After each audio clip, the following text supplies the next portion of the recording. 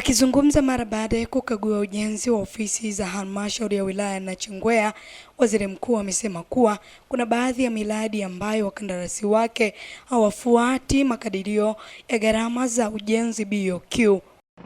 Kumekuwepo na utaratibu katika baadhi ya maeneo wakandarasi kutokufuata BOQ, kutokufuata mikataba ambayo ilikuwa imetolewa, kwamba kwenye jengo ambalo lilitakiwa liwekwe nondo 6 zenye milimita 16, kwa kuwa tunapoenda kukagua panakuwa pameshafunikwa, unakuta aliweka ya milimita 12, unakuta aliweka ya milimita 9, unakuta badala ya kuweka 6 ameweka 4, na kwa sababu ameweka na mabomba akaweka na zege, tunauziwa mbuzi kwenye gunia.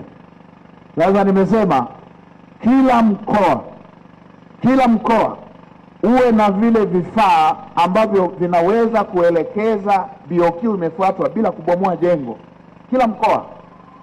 Na bahati nzuri ndio tunaelekea kwenye kuandaa budget, na wawe na wataalamu wale wa kuyakagua majengo ya aina hii, kwamba unaangalia BOQ ndio ukaguzi wenyewe huo, na unaangalia hicho ndicho kilichowekwa kwenye jengo.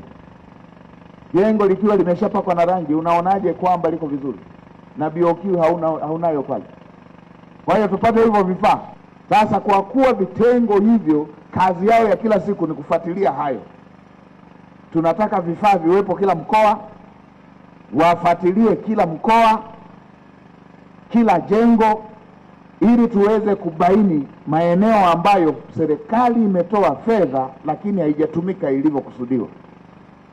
Bajeti ya serikali asilimia zaidi ya 70 ni masuala haya ya manunuzi, masuala haya ya ujenzi.